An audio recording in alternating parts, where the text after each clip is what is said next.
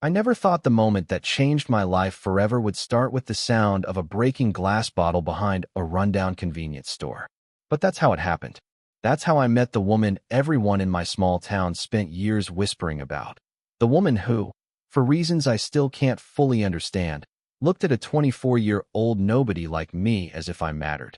My story begins in Woodbridge, a tiny, almost forgotten town tucked between long stretches of rural highways and clusters of old brick buildings that hadn't been updated since the 80s. It's the kind of place where everyone knows everyone, where gossip doesn't travel, it sprints. If you breathe too loudly here, someone will have an opinion about it by sunset. I'd just gotten off a late shift at the auto shop. My boss, Randy, had kept me 2 extra hours to clean up after one of his speed tuning demonstrations, which basically meant he messed something up and needed someone else to fix it. By the time I left work, my hands smelled like engine oil, and my brain felt fried. I stopped at the old convenience store near Maple Street, the one with the flickering neon sign and the faded Coca-Cola posters taped crookedly to the windows.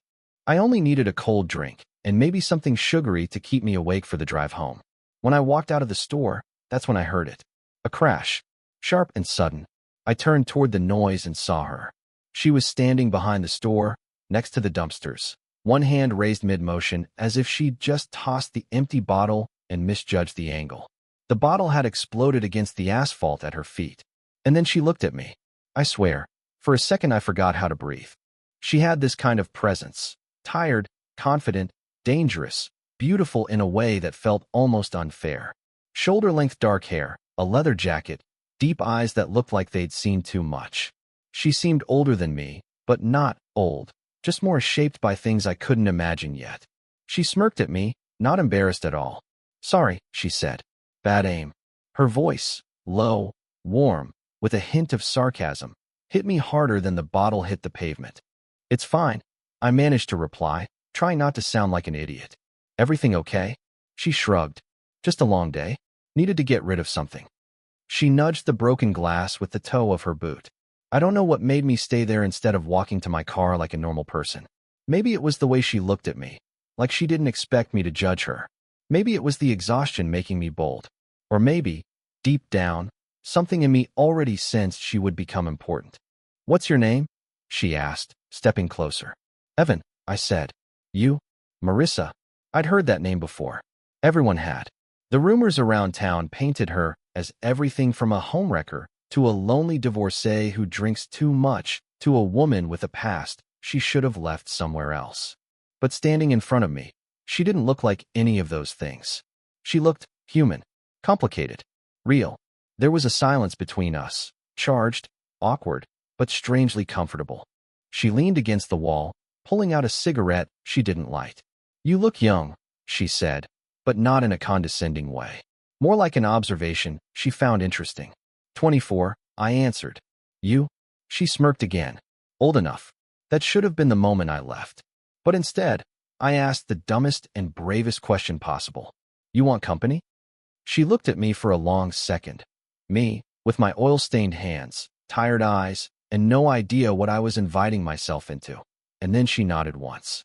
I didn't know it then, but that single nod would drag me into one of the most intense, confusing, beautiful, and painful chapters of my life.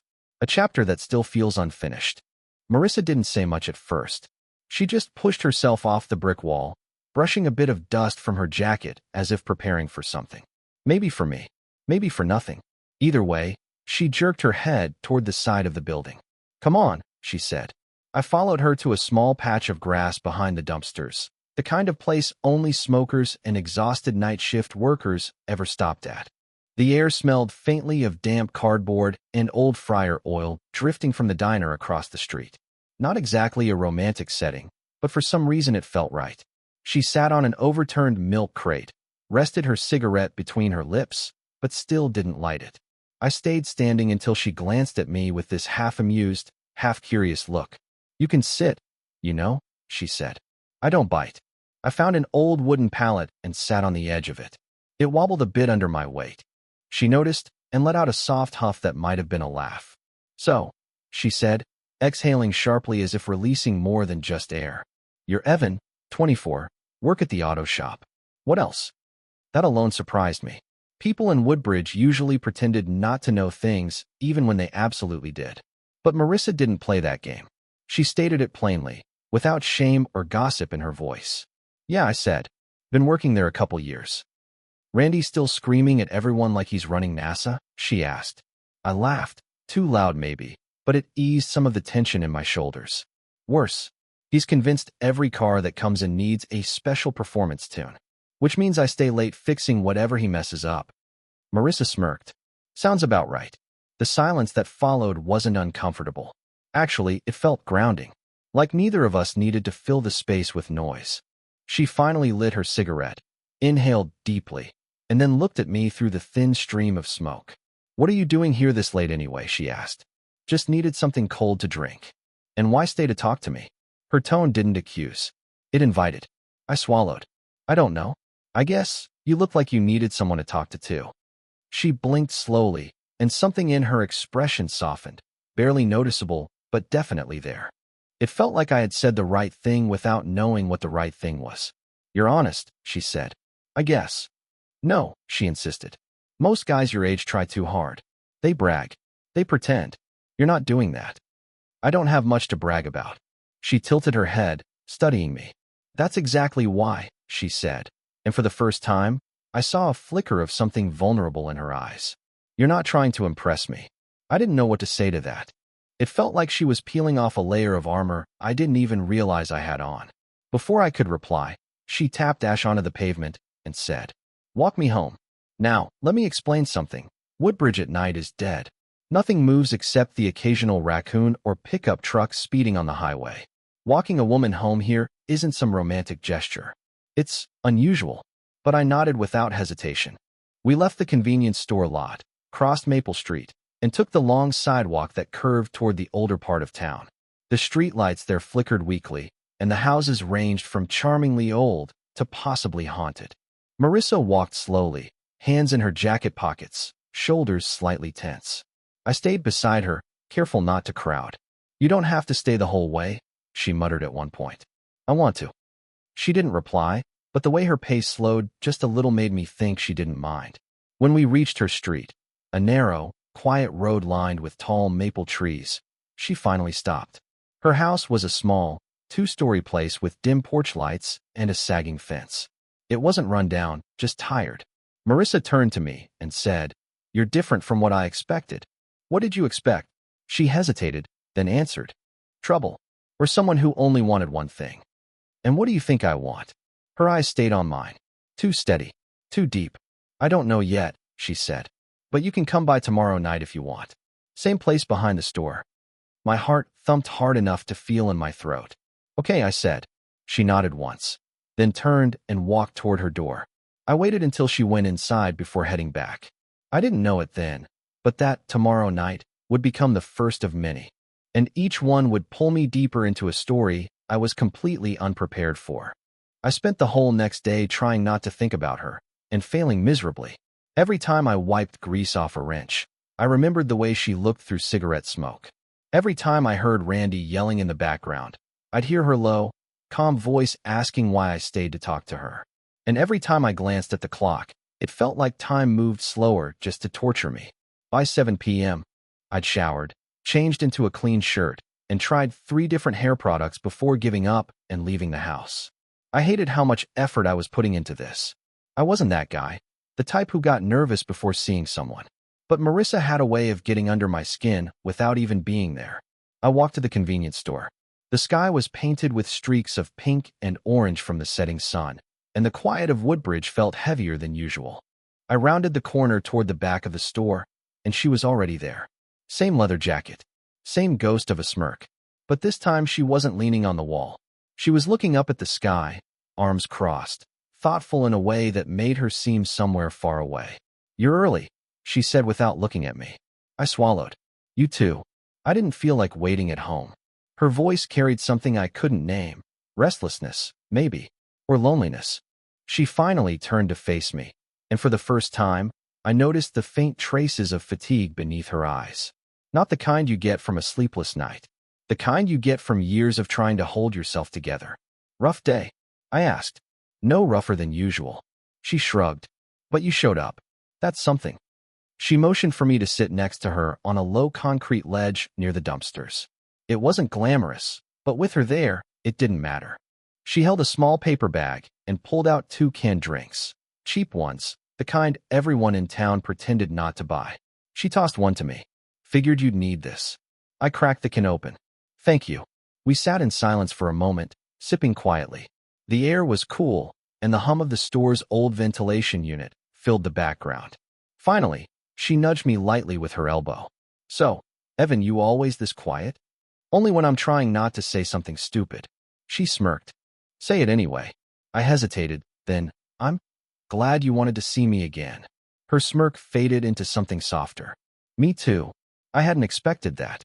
Not from someone like her. Someone who looked like she kept everyone at a safe distance. She leaned back, stretching her legs out in front of her. I don't let many people close, she said. Not anymore. Why? I asked. A muscle in her jaw twitched. People take what they want and leave when it stops being convenient. Relationships, friendships, all of it. Is that what happened to you? She took a slow breath, but didn't answer immediately. Instead, she said, Woodbridge talks a lot. You probably heard things. I shook my head. I don't care what people say. She looked at me then, not with skepticism, but with a kind of surprised appreciation. That's rare, she whispered. Most people care too much. Another silence. Comfortable this time. Then, without warning, she asked, You ever been in love? I choked on air. Not really. I figured, she said, not unkindly. You seem like you're still unlearning what other people taught you to be. And what's that? Small. Like you're trying not to take up space. Her words hit deeper than I expected. It was like she could see things I didn't know I was showing. I tried to deflect. And what about you? You ever been in love? She didn't blink.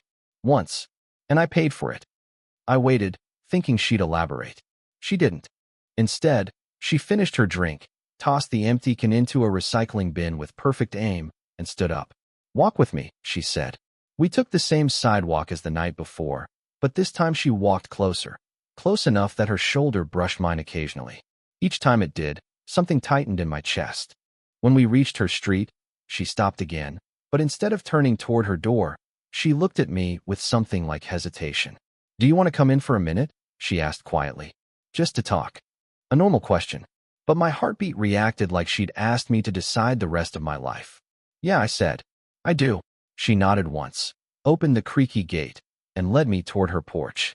I had no idea that stepping over that threshold would change everything I thought I knew about her, and about myself. Marissa's house felt nothing like I expected. From the outside, it looked worn out, tired, like it had weathered too many winters and too few repairs. But inside it was warm. Dim lamps with soft yellow light. Wooden shelves filled with old books and vinyl records. A small couch with a knitted blanket tossed over the back.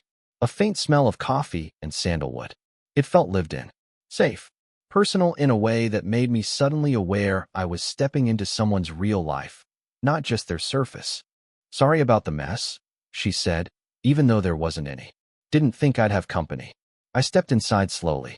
It's nice. She raised an eyebrow. Most people say it looks like a therapist's waiting room. Then I guess I'd trust that therapist. She let out a quick, surprised laugh, the kind that escaped before she could stop it. She walked into the small kitchen area and grabbed 2 glasses. Water? Something stronger? Water's fine. She poured a glass and handed it to me. Our fingers brushed for half a second. Too short to call anything. Too long to forget. We sat down, she on the couch, me on the armchair across from her. For a moment, neither of us spoke. It wasn't awkward, more like both of us were waiting for the other to make the first move. So, she said finally, you really don't care what people say about me? I shook my head. I don't know you well enough to judge you. And even if I did, I'm not interested in playing the town's gossip game. She studied me, tapping her finger against the rim of her glass. They say I'm trouble, you know? That I ruin things. That I'm complicated. Everyone's complicated. Not like me. Her tone wasn't defensive. It was cautionary. A warning. And maybe I should have listened. But all I said was, then let me figure that out on my own. Her eyes lingered on me a little longer than before, like she was searching for the catch, the angle, the motive, something. When she didn't find it, she sighed softly and leaned back. All right, she said. Your funeral, There was a hint of humor in her voice, but something darker behind it too. I took a sip of water. You said you've been in love once. Her expression changed. Barely, but enough. That's not a story I tell often, she murmured. You don't have to. No, she said. Maybe I should. She shifted on the couch, pulling her knees up and wrapping her arms loosely around them. I was 27. Met a man who said all the right things. Promised all the right futures. She paused. We got married fast. Too fast. A cold feeling crawled up my spine. She continued, voice steady but distant. Turns out, he only wanted what I represented. Stability. Image. Someone to clean up behind him while he wasted himself on whatever he thought made him feel alive. And when he was done with me, her jaw tightened. He made sure everyone knew it was my fault. I didn't breathe for a moment. I left him, she said. Moved here. Started over. But in small towns, once people pick a narrative, they run with it. I clenched my hands. I'm sorry. You didn't do anything, she said. But I need you to know what you're getting into. I'm not easy. I don't trust quickly. And I don't want to hurt you. You're not hurting me. You don't know that yet, she replied quietly. The room fell silent again. Heavier this time. She looked down, fingers tightening around the fabric of her jeans. Tell me something real about you. Anything. I exhaled. Okay. I didn't have the best home life either. My dad left when I was young. My mom worked 2 jobs. I grew up feeling like I wasn't supposed to bother anybody. Like taking up space was a problem. Her eyes lifted slightly. That's why you chose a job that everyone in town depends on. It makes you feel needed. I blinked. You see a lot. Only because I've been through a lot. Another pause. Quieter this time. She shifted again, closer, almost unconsciously. Evan, why are you really here? I didn't have a rehearsed answer. I didn't even have a logical one. I don't know, I said truthfully. Something about you feels honest, even when you're trying not to be. She laughed softly, painful, surprised, conflicted. God, she whispered, you really are dangerous. Me? How? Because I might actually start believing you. For the first time since I met her, I saw fear in her eyes, not of me, but of herself, of what letting someone in again might mean. Before either of us could say anything else, she stood. You should head home, she said. Before we both say something we can't take back. My chest tightened, but I nodded. I walked to the door. She stopped behind me. Not touching, not close, but near enough to feel the warmth of her presence. Come by tomorrow, she said quietly. If you still want to. I turned. I do. Her lips curved into the smallest, most vulnerable smile I'd ever seen. It was the beginning of something, and the beginning of the trouble that came with it. The next day felt different. Not lighter, not heavier, just charged. Like the air right before a storm when you don't know if it's going to bring rain or tear the whole sky apart. Even Randy noticed something was off. Kid, you look like you're thinking too hard, he grumbled while tightening a bolt. Quit that. It's bad for business. I didn't bother responding. He wasn't wrong, though. Every time my mind drifted, it drifted to her. Marissa's standing in the doorway of her house, telling me I was dangerous because she might believe me. I'd replayed that line 100 times before the clock finally hit 7. When I walked toward the convenience store, my stomach did this weird, jumpy thing I hadn't felt since high school.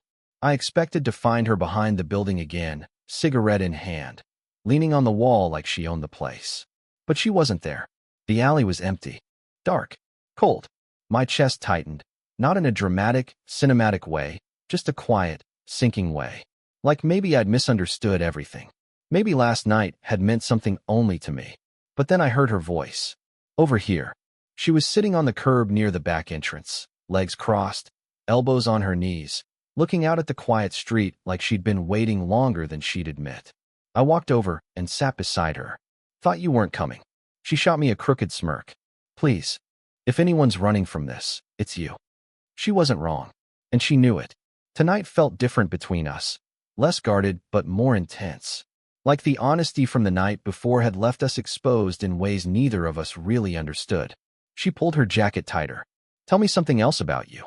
That's vague. Exactly. Forces you to choose. I thought for a moment, then said, I never had anyone who made me feel seen. Not really. And you think I do? Yes. She stared at me long enough that I started regretting saying it. But then she looked away as if the admission had landed somewhere deep. Careful, she said quietly. You keep talking like that, and you'll get hurt. Maybe I'm willing to risk it. A slow breath escaped her lips. You shouldn't be. I'm not stable. I'm not simple. I'm not perfect. I cut in. Good. I don't need perfect. Her jaw clenched, but not in anger. More like she was trying not to feel something she didn't want to feel. Walk with me, she said suddenly. We stood and started down the sidewalk, but this time she didn't keep her distance. Her arm brushed against mine again and again, and she didn't move away. We passed closed shops, dim windows, the old bakery that only opened 2 days a week. Woodbridge looked the same as always, but she didn't.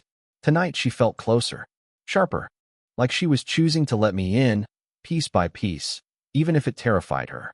When we reached her street, she slowed down. Do you want to come in again? She asked. She wasn't coy. She wasn't teasing. She was almost uncertain. Only if you want me to. She hesitated. I watched her fight something internally, fear, desire, memory. I couldn't tell which one was winning. Finally, she nodded and we walked inside. This time, she didn't sit far from me. She dropped onto the couch and motioned for me to sit beside her. Not across the room. Not in the chair. Next to her. I sat. The space between us was maybe 2 inches, if that. She exhaled slowly and leaned her head back against the couch cushion. I don't usually do this, she said. Do what? Let someone get close after everything. You don't have to force anything. I'm not forcing anything, she said.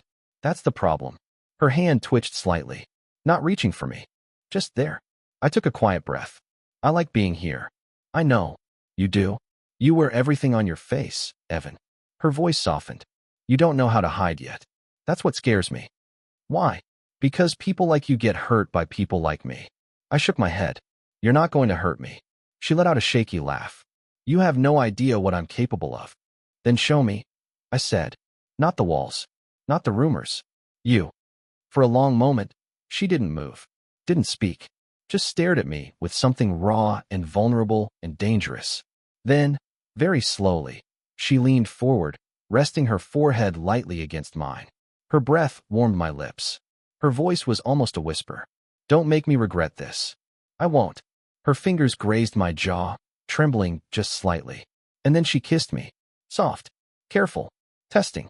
Like she was letting herself fall and hating that she couldn't stop it. I kissed her back, just as gently. And something inside her broke open. Not loudly. Not dramatically. Just enough. When she pulled away, her eyes were glassy in the dim light. This is real now, she whispered. Yeah, I said. It is. Neither of us knew then how complicated real was about to become. It was a Friday evening when Emily surprised me again. I had been expecting another quiet night at home, maybe a movie and takeout, but instead, she suggested we take a drive out to the edge of town, toward the old river cliffs. At first, I hesitated. I'm not exactly the adventurous type, but there was something about the way she said it, her excitement infectious, that made me feel like saying no wasn't even an option. The drive was quiet at first. Our small town rolled by in a blur of dim streetlights and familiar storefronts, but neither of us seemed eager to fill the silence. I found myself sneaking glances at her in the moonlight. Her hair caught the silver glow just so, and she seemed untouchably alive. She noticed me looking, caught my gaze with a sly smirk, and leaned back in her seat like she knew exactly what she was doing to me. When we arrived at the cliffs, the view was breathtaking. Below us, the town lights sparkled across the river, 1,000 tiny reflections dancing like fireflies. Emily stepped to the railing, arms open, as if she wanted to embrace the entire world. You have to feel this, she said softly, letting the wind whip through her hair. I stepped closer, heart pounding, and realized that this was exactly the kind of moment I'd been chasing without even knowing it. We talked for hours. We talked about everything, past regrets, awkward first jobs, small-town gossip, our favorite movies. I shared more of myself than I had in years, confessing insecurities about my career, my friendships, even my love life. She listened, truly listened, nodding but never judging, her presence steady and calming. Then she shared her own stories, the heartbreaks that had made her wary, the lessons that had made her strong. It wasn't just a conversation, it was a connection I had never felt before. Somewhere in the middle of the night, she reached over and squeezed my hand. A small gesture, but it sent a jolt through me. You know, she whispered, Sometimes people come into your life not to fix things, but to make you better than you were before. You do that for me. I wanted to say something clever, something profound, but all I could do was smile and squeeze her hand back, letting her words sink in. Driving back, the world outside seemed slower, quieter, as if it had paused to let us exist in our little bubble. I kept stealing glances at her, the way her lips curved when she laughed, the warmth of her eyes even in the dim car light. For the first time in a long while, I felt something I could put a name to: hope. Real, unshakable hope. Hope that maybe this connection, this impossible-seeming thing, could actually work. By the time we got back to town, it was nearly dawn. I didn't want the night to end, didn't want to leave the feeling behind. She walked me to my car, standing close enough that I could smell her perfume, faintly floral, slightly sweet. She tilted her head, looked me in the eyes, and said, "Thank you for being brave enough to come along." Brave enough. I laughed softly, but inside, I felt the truth of her words. Tonight, I had been brave, and it had changed everything. When I got home, I couldn't stop thinking about her, about the way she made life feel bigger, brighter, and terrifyingly beautiful. That night marked a turning point. I wasn't just attracted to her anymore. I was captivated by her. And I had no idea how much more this story was going to twist and turn before it found its rhythm. The weeks that followed felt like a blur of new experiences and little adventures. Emily and I were growing closer in ways I couldn't have imagined. Sometimes our age difference became a source of playful teasing. She'd roll her eyes at my impulsiveness. I'd mock her overthinking. But beneath it all, there was an unspoken respect, a recognition that neither of us wanted to lose what we had. One evening, she invited me to a gallery opening downtown. I wasn't much of an art person, but I didn't care. I wanted to see the world through her eyes. She moved gracefully from one exhibit to another, talking to people with a confidence I envied, while I tried to keep up, smiling nervously at anyone who glanced my way. I noticed how effortlessly she charmed everyone, and I felt a strange mix of pride and awe. That was Emily, magnetic, fearless, and full of life. At some point, she pulled me aside, away from the crowd. "You belong here too," she whispered, brushing a strand of hair from my forehead. Her words stuck with me. Looking around at the abstract paintings and the small groups of elegantly dressed people, I realized she was right. With her, I felt like I could step into worlds I'd never dared to enter, feeling both grounded and daring at the same time. After the gallery, she took me to a late-night diner. The fluorescent lights and red vinyl booths felt almost cinematic, and we laughed over milkshakes, sharing stories that were both funny and embarrassing. I told her about my awkward teenage years, the mistakes I'd made trying to impress people who didn't matter. She laughed genuinely and reached across the table to squeeze my hand. "We've all been awkward," she said softly. "It's what makes life interesting." The little gestures between us became more meaningful, a hand resting on my shoulder, a lingering glance that said more than words, shared jokes that only we understood. I started to see that love wasn't always about grand declarations. It was the quiet presence, the consistency, the reassurance that someone sees you fully and chooses to stay. That night, as I walked her to her car, I felt a warmth I couldn't put into words. She looked at me with those intense eyes and whispered, "I feel like we're just getting started." My chest tightened, and I nodded. I didn't need more words. I already understood. We were crossing into something new, a territory where we weren't just two people enjoying each other's company, but partners, cautiously but intentionally building a life together. The days that followed were a mixture of ordinary routines and small, shared adventures. Grocery runs turned into laughter-filled scavenger hunts. Rainy afternoons became impromptu cooking experiments. Late nights talking until dawn became our secret rituals. Every moment reinforced something I had never fully realized before. Love isn't just an emotion, it's a choice.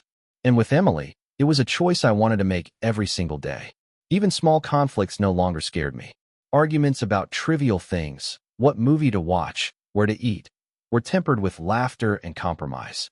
Our differences no longer felt like obstacles, but like puzzle pieces fitting together in unexpected ways. I began to notice that the age gap wasn't a gap at all. It was part of the balance that made us work. She taught me patience and confidence.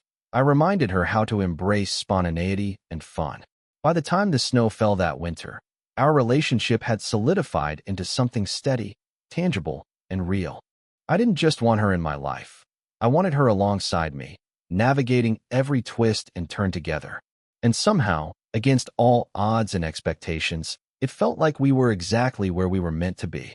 Winter settled into our small town with its usual quiet charm. Frosted windows, steaming mugs of coffee, and the occasional snow-dusted street lamp made the world feel both cozy and still. Emily and I spent more time indoors, wrapped in blankets, talking for hours about everything and nothing. The small gestures between us, her leaning against my shoulder while reading, my hand brushing hers accidentally, started to carry a weight of their own. One evening, she surprised me again, this time with tickets to a small theater performance in a nearby city. I wasn't sure what to expect, but Emily's excitement was contagious. We walked into the dimly lit theater together, shoulders brushing, whispering commentary to each other throughout the performance. Watching her eyes light up at every detail, her laughter spilling softly into the quiet auditorium, I realized I was captivated by more than just her presence. I was captivated by her curiosity, her passion, her life force. After the show, we wandered the streets, quiet except for the occasional distant hum of traffic and the crunch of our shoes on the frosted sidewalks. She held my hand, and it felt heavier than ever, not in a weighty sense, but in a way that reminded me of the trust and closeness growing between us. I felt like we were teetering on the edge of something more permanent, and for once, I wasn't afraid. Sitting on a bench overlooking a frozen pond, I confessed my fears about commitment, about not knowing how to balance love with the rest of life. Emily listened patiently, her head tilted slightly, eyes focused on mine. Then she smiled, gently, and said, "Vulnerability isn't weakness. It's a bridge. You have to let someone cross it with you." Her words hit me harder than I expected. In that moment, I understood that love wasn't about perfection. It was about being brave enough to share the imperfect parts of yourself. The weeks that followed weren't always easy. Life threw minor obstacles, work stress, past insecurities, lingering doubts, but we faced them together. We argued, yes, but we also reconciled with the kind of patience that comes from wanting something worth fighting for. I learned that relationships aren't built on fairy tales. They're built on real moments, the ones where you forgive, compromise, and grow together. By the time the first real snow covered the town, I realized something important. Emily had changed me, not in ways I could fully describe, but in ways I could feel deep in my chest. I was more patient, more willing to take risks, more open to being seen. And she had begun to trust me more than anyone ever had, letting herself rely on someone younger, someone who was still learning, someone who wanted to be present fully and unapologetically. It was during these quiet, snowy mornings, sipping coffee together, that I started to truly see the rhythm we had created. Our relationship had a flow, a give and take that made it feel safe and exhilarating at the same time. The age gap no longer mattered. It was simply a layer in our story, something that made our connection richer, more textured. Sometimes, we'd just sit together in silence, letting the world fade away. I'd watch her stir her coffee or tuck her hair behind her ear, small gestures that had become endearing rituals. I understood finally that these moments, mundane, ordinary, fleeting, were the foundation of something lasting. And I felt, with certainty, that this bond between us was only growing stronger, despite the challenges we faced or the years that separated us. That winter, I realized one undeniable truth. Love isn't always loud or dramatic. Sometimes, it's quiet, persistent, and patient. And when it's right, it transforms the ordinary into something extraordinary. By the time spring arrived in our small town, everything had begun to bloom. Not just the flowers and trees, but Emily and I, too. Our relationship had settled into a rhythm that felt like home. The streets we had once walked casually now held memories on every corner. Our laughter, our conversations, our quiet moments. All of it had carved a place for us in the world, and more importantly, in each other's lives. One warm morning, Emily suggested a picnic by the river, the same river cliffs where we had shared our first unforgettable night together. I agreed immediately. There was something poetic about revisiting that place, about seeing how far we'd come. We spread a blanket on the soft grass, unpacking sandwiches and drinks, laughing at how amateurishly we had prepared for the day. The awkwardness didn't matter. It was ours, authentic and unpolished. As we ate, we talked about the future, fears, hopes, dreams. I admitted my lingering anxieties about commitment, about balancing independence with a relationship that felt as deep as ours. She listened, gently, reminding me that love isn't about perfection. It's about showing up, being honest, and being willing to grow together. In that moment, I understood fully what she had been teaching me all along. Love is a choice, a persistent effort, a daily act of courage. After lunch, we wandered to the edge of the river, sitting together on a fallen log.